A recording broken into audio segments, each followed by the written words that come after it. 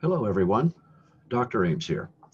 What I'd like to talk about this time is just some general observations about the responsibilities of CEOs, and then talk about some of the real differences between managing a nonprofit organization and leading one.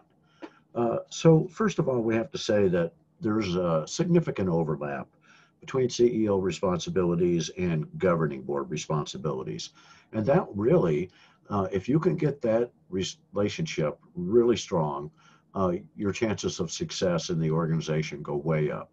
Uh, the board simply has to pick the right person to be the CEO.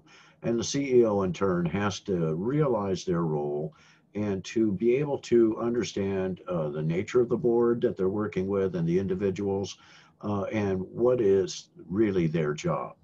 And so they share a common concern and responsibility for the organization's mission and the financial stewardship. Um, in particular, you would expect the board to help with fundraising and perhaps be composed of volunteers who actually can provide some of those donations and some of those funds. But at the least, they ought to be involved in the planning for fundraising. But a lot of times, we really do expect that CEOs take on this responsibility for an ongoing role as the chief fundraiser in chief, so to speak. Um, and so there is somewhat of a separation between the governing board responsibilities and those of the CEO. But the main thing is that they work together, that the CEO remembers they are the agent of the board, and that the board doesn't overstep their bounds and interfere in the day-to-day operations and decision making of the CEO. So that really leads us to talk about managing versus leading. Uh, CEO responsibilities include a little bit of both. They have to manage, which is mastering the routine and getting the work done and meeting the goals, but at the same time, they need to have vision to be inspirational if that's what's called for, and so forth. And that really is the difference.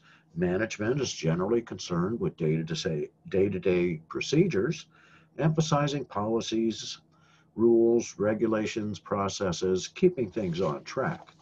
Where when we talk about leadership, we're really talking about looking into the future and what is our purpose, having some vision, having a decided direction and a plan.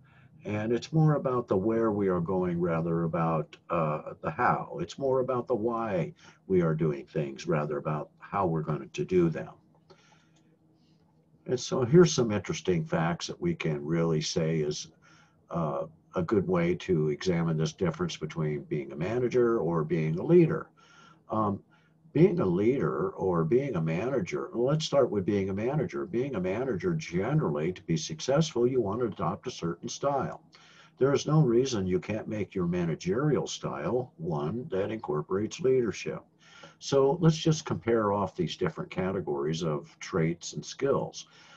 Managers are concerned with mastering the routine. That really is a great definition for what managers do. In the least complex and most stable and predictable situations, they might not need to be over on this side where they're concerned about vision and making proper judgment, using their intuition and experience to make the right decisions. Over here, it's doing what we said management is really defined as following the rules, keeping things on track, and so forth. When you do only this and you're not concerned about what may become in the future, where you're headed, and so forth, then you do tend to possibly be a little more impersonal about your day to day routine and your job. You're a little more passive towards reaching those goals. Where over here on the leadership side, you're active in promoting the goals. You're talking to others and explaining your vision and why it's important. So managers over here, they're really good and they're designed really in mindset to solve day-to-day problems, organizational sorts of problems, the real nuts and bolts of management.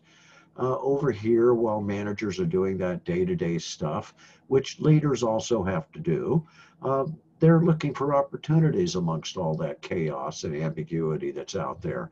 And they're analyzing risks and so forth over here.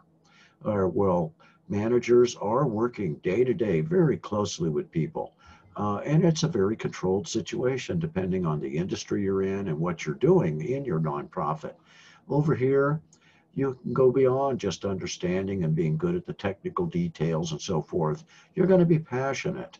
And you're likely to challenge people in their attitudes and their thinking over here because you want to change them or make them see something or understand something.